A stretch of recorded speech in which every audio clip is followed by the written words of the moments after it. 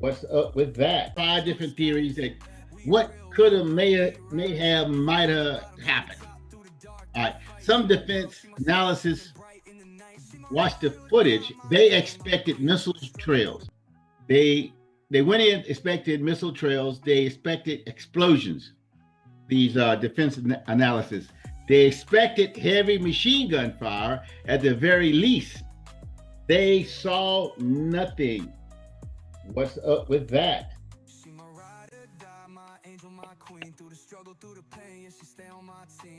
No sustained anti-aircraft fire, no missile salvos, no detonations in the sky.